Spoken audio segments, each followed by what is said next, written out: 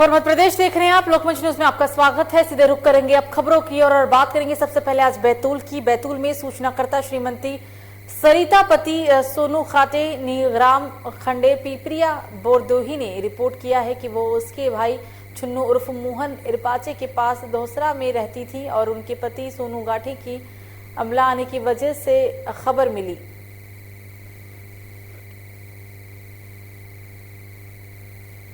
सरिता के द्वारा सूचना प्रदान की गई कि उसके पति कहीं गुम हो गए हैं, जिस पर गुमइंसान कायम कर तत्काल शंका के आधार पर सरिता के भाई और उसके दोस्त, जो कि सरिता ने बताया था कि थाना बस स्टैंड आमला अपने पति सोनू को ये दोनों लेने गए थे, परंतु इनको वो मिला नहीं था।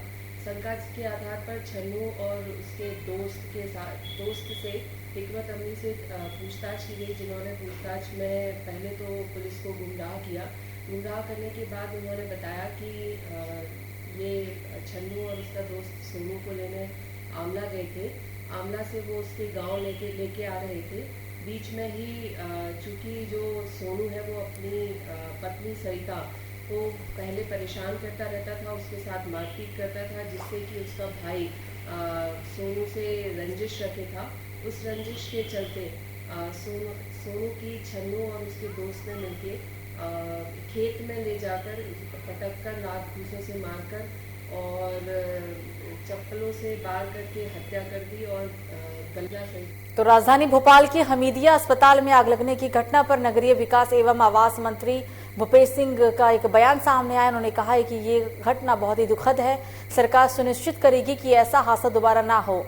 माननीय सीएम शिवराज सिंह चौहान जी ने मामले की जांच के आदेश भी दिए हैं। जांच में मिली कर्मियों के आधार पर दोषियों के खिलाफ सख्त कार्रवाई की जाएगी। देखिए, अभी हमारे माननीय मंत्री विश्वास सारंग जी और मैं हम लोग अभी यहाँ पर आके सारा देखा है और रात में ही हमारे मंत्री जी पहुँच गए थे। जो बेहतर व्यवस्थाएं हो सकती थी सभी बच्चों को वहाँ से निकाल के शिफ्ट कर दिया। उससे काफ़ी बड़ी घटना चल गई। 4 बच्चों की भर जानकारी है, तो वो अब जांच में आएगा कि डेथ का कारण क्या है। पर हम लोग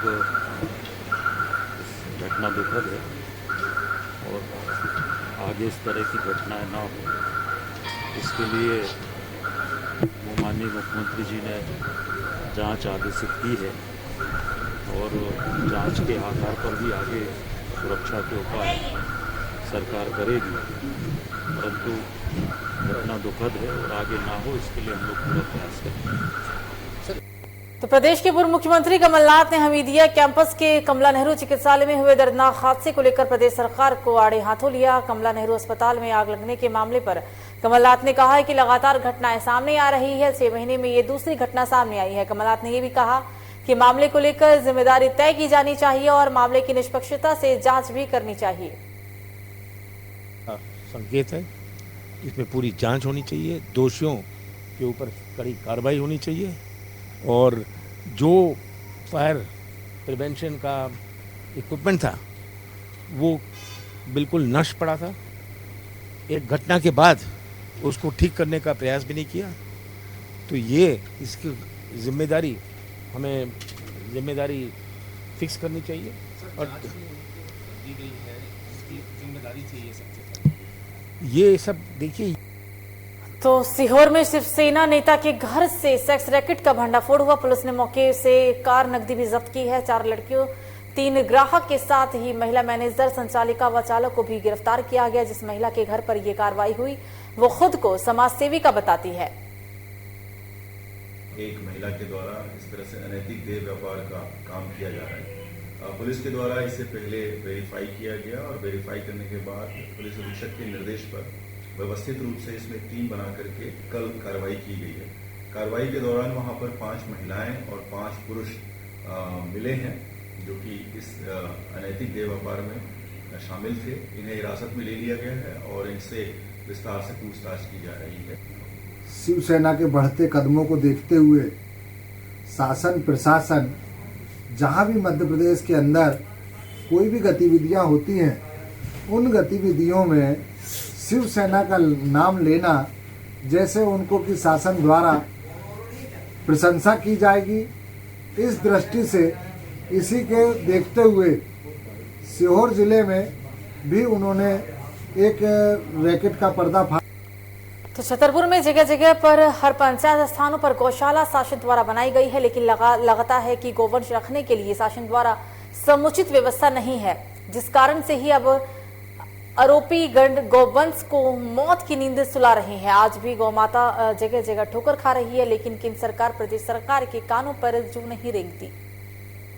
खबरों में आगे बढ़ेंगे, बात करेंगे अब अगली अहम खबर की। अगली खबर आ रही है दमोह से, जहां दमोह के बटियागढ़ थाना क्षेत्र के अंतर्गत गंज बरखेड़ा के सरपंच गेंदाबाई महिला की हत्या को लेकर मानव कल्याण शक्ति संगठन के लोगों द्वारा कलेक्ट्रेट के सामने महाराणा प्रताप मूर्ति के नजदीक बैठकर बटियागढ़ थाना प्रभारी मनीष मिश्रा के खिलाफ नारेबाजी की और उसके बाद पुलिस अधीक्षक दमोह को बटियागढ़ टीआई मनीष मिश्रा द्वारा केस की निष्पक्ष जांच न करते हुए पीड़ित पक्ष को ही परेशान करने का आरोप लगाया गया। मृतिका के परिवार 50-60 लोगों द्वारा एवं अनुराग सिंह के द्वारा। कौन मृतिका? जो वहाँ की महिला सरपंच थी। कहाँ की? गंज बरखेड़ा की। क्या नाम है उसका? उसका गेंदाबाई के नाम। हाँ, गेंदाबाई नाम था उसका। उसकी मौत हो गई थी। उसके मृतिका के परिवार द्वारा एवं 50-60 अन्य लोगों द्वारा आरोपी पक्ष के घर पर हमला किया गया था। उसी बीच बचाव में आत्मरक्षा में उस महिला की मौत हो गई और हम लोग चाहते हैं कुछ फर्जी FIR भी उसमें हुई हैं।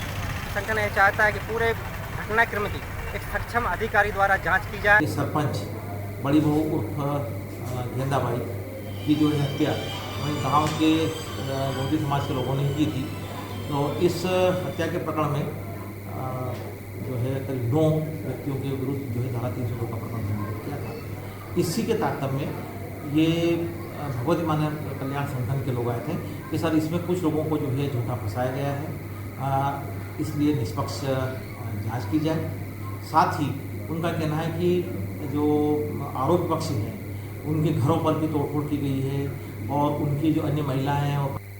अगली खबर ग्वालियर से, जहां डबल मर्डर का मामला 3 ग्रामीण युवकों को हत्या के मामले में ही गिरफ्तार किया गया। ग्रामीणों ने पंचायत विवाद में 2 बदमाशों की हत्या की थी। 10,000 रुपए का इनामी बदमाश लखन गडरिया और उसके साथी राजपाल बघेल की हत्या की गई थी। गांव में सरपंच रुकवाने का इनामी बदमाश था मृतक।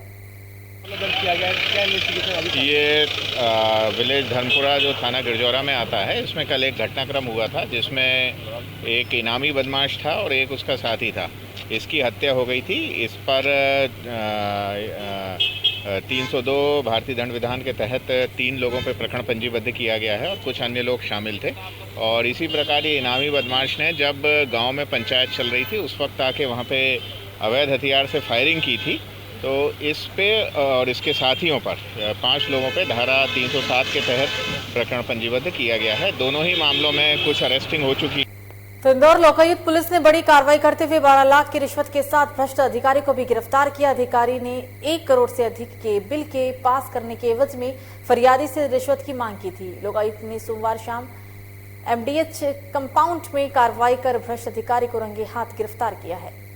राष्ट्रीय स्वास्थ्य मिशन स्वास्थ्य विभाग में कार्यपालन यंत्री हैं राकेश कुमार सिंघल। एक RD कंस्ट्रक्शन कंपनी है, उसमें जो है स्वास्थ्य विभाग में NHM योजना के तहत लगभग 1 करोड़ 74 लाख के नलकूप खनन और उनसे संबंधित जो विद्युत का बाहरी विद्युत का कनेक्शन के कार्य किए हैं। तो इनके जो पेमेंट में देरी हो रही थी तो इन्होंने कोर्ट में मामला लगाया, जिसमें इनको लगभग 1 करोड़ 30 लाख रुपए की राशि का भुगतान इनको प्राप्त हो चुका है। 1 करोड़ 30 लाख की जो राशि का भुगतान किया गया उसमें लगभग इनकी सुरक्षा निधि और जो अर्नेस्ट मनी और ये सब काट के 1 करोड़ 5 लाख रुपए इनको प्राप्त हुए। तो जबलपुर में आम आदमी पार्टी के राज्यसभा सांसद सुशील गुप्ता का बयान सामने आया है। यमुना में गंदगी को लेकर उन्होंने हरियाणा सरकार को जिम्मेदार ठहराया। यमुना में आने वाला अमोनिया हरियाणा से आता है। दिल्ली सरकार ने sewer ETP STP treatment plant लगाए। यमुना में गंदगी रोकने के लिए सुप्रीम कोर्ट इस पर विचार करे। यमुना के अंदर यमुना दिल्ली के अंदर बहुत कम पार्ट से गुजरती है। 22 किलोमीटर का स्ट्रेच है। बाकी सारा का सारा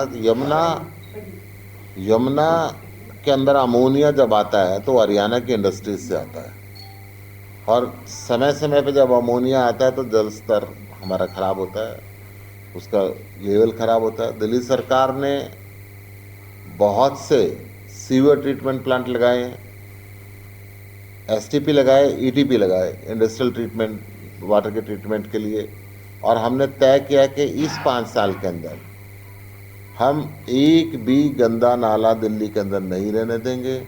हर गंदे नाले के अंदर पानी ट्रीटमेंट प्लांट से सफाई करके डलेगा, ताकि दिल्ली की तरफ से यमुना के अंदर 1 लीटर भी खराब पानी ना जा पाए, 1 लीटर भी गंदा पानी ना जा पाए। तो जबलपुर के जिला अस्पताल में देर रात चोरों ने भर्ती मरीजों व उनके परिजनों के सामान पर हाथ साफ कर दिया। जब मरीज और परिजन सुबह जागे तो किसी का मोबाइल गायब था तो किसी का घड़ी। चोरी की घटना से अस्पताल में आए लोगों में हड़कंप मच गया है। अस्पताल में भर्ती मरीजों ने कहा है कि देर रात एक युवक मुंह में गमछा बांधकर वार्ड में यहाँ वहाँ घूम रहा था। मैं 11 साढ़े 11 बजे तक जगता रहा और इसके बाद फिर मैं सो गया। अब एक व्यक्ति यहाँ से आया है, कई लोगों ने देखा है, तो वो घूमता रहा। फिर ये मेरी बाजू में कुर्सी रखी है, यहाँ उसने कुर्सी में 2 तकिया, एक नीचे एक पीठ के पीछे लगाया उसने, और इधर शायद किनारे से वो आया हो गया, मैं सो गया और मेरे तकिया के नीचे मोबाइल रखा था।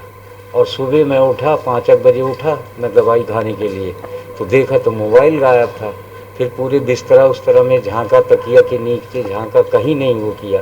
फिर मैंने, अब लोग जाग गए थे तो उनसे मैंने बताया तो बोले हाँ एक लड़का तो कल घूम रहा था, एक आदमी, लेकिन मुंह में गमछा उमछा सब बांधे था।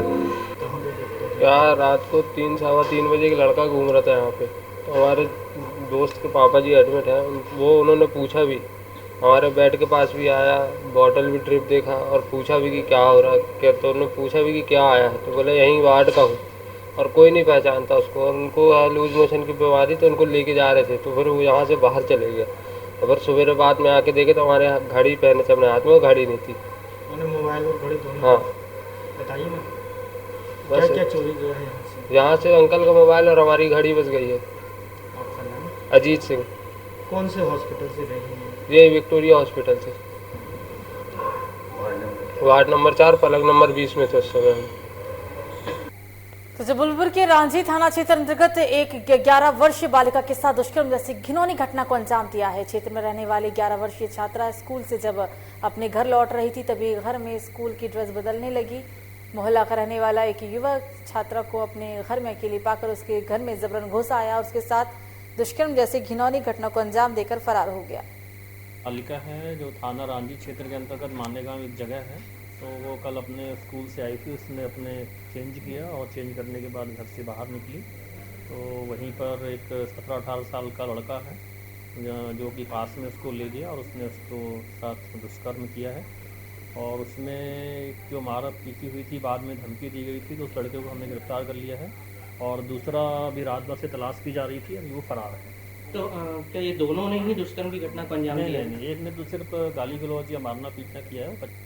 तो जबलपुर में रांझी थाना क्षेत्र के एक छात्रा के साथ दुष्कर्म की घटना सामने आई है। बड़ी खबर बता रहे हैं, दुष्कर्म के मुख्य आरोपी को फिलहाल पुलिस ने गिरफ्तार कर लिया है। महज 12 घंटे में ही पुलिस ने कार्रवाई करते हुए मुख्य आरोपी को गिरफ्तार किया। पुलिस ने सरगर्मी से तलाश करते हुए मुख्य आरोपी को पहाड़ी से किया गिरफ्तार। तो रीवा बिछुआ थाना क्षेत्र के कल रात्रि 10 बजे तकरीबन एसपी ऑफिस में पदस्थ एसएआई के 20 वर्षीय बेटी का डिवाइडर से बाइक टकराने गिर गया और वो गंभीर रूप से घायल हो गया। फिलहाल घायल के बाद लड़की को अस्पताल में भर्ती कराया गया, लेकिन तब तक लड़के की मौत हो चुकी थी। अब राहुल, कल रात करीब 10 बजे की घटना है। एक हमारे पुलिस अधीक्षक कार्यालय में पदस्थ कर्मचारी हैं, उनके पुत्र हैं जो गाड़ी चला कर आ रहे थे। गाड़ी जो है डिवाइडर टकराने से और वो गिर गए, जिस कारण से उनकी सिर में चोट आई है और उनकी मृत्यु हो गई है, जिसका जो है पंचनामा कार्रवाई आज चल रही है। आज घटना स्थल कहाँ की है सर? घटना स्थल रेडियो कार्यालय के सामने ही है, पुलिस लाइन के बगल में। कल तो शुजालपुर से इस वक्त की बड़ी खबर, ग्राम पंचायत पटलवादा में हुआ 100% वैक्सीनेशन। शाजापुर कलेक्टर दिनेश जैन ने पटलवादा के नागरिकों को दी है बधाई। शाजापुर जिले की पहली पंचायत ग्राम बनी है पटलवादा। सबसे पहले वैक्सीनेशन कंप्लीट करने वाला ये गांव बना। पंचायत बनी पटलवादा। ग्रामीणों ने सरपंच कपिल परमार का माना है आभार।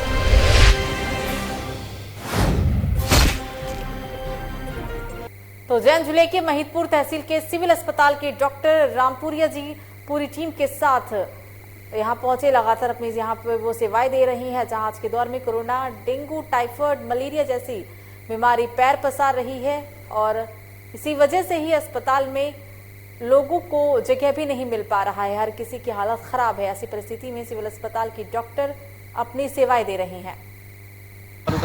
बच्चे लाता रहता हूँ मैं यहाँ पर स्वास्थ्य सेवाएं आपको समुचित मिल रही है? बहुत अच्छी सुविधा मिलती है सर। यहाँ के डॉक्टरों से आप बिल्कुल यहाँ के डॉक्टर साहब रामपुरा साहब भी अच्छा इलाज करते हैं। यहाँ पर दूसरे अन्य डॉक्टर बाकी पूरा स्टाफ सहयोग करता है? बहुत अच्छा करता है, बहुत तरीके से अच्छा होता है ना। ये जन्म पत्रिका लिख लेना है यहाँ पर। अच्छा, बढ़िया। काम कितने समय में हो गया आपका? 5 मिनट में हो गया।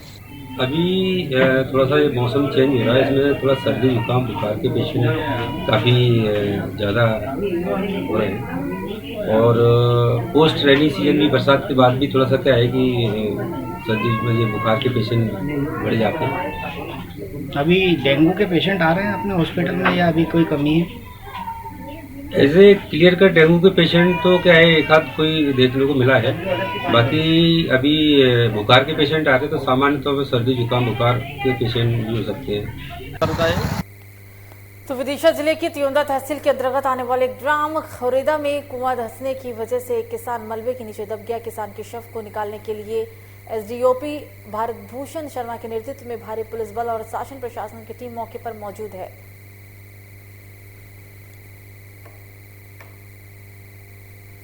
फिलहाल बुलेटिन में मुझे दीजिए इजाजत। नमस्कार।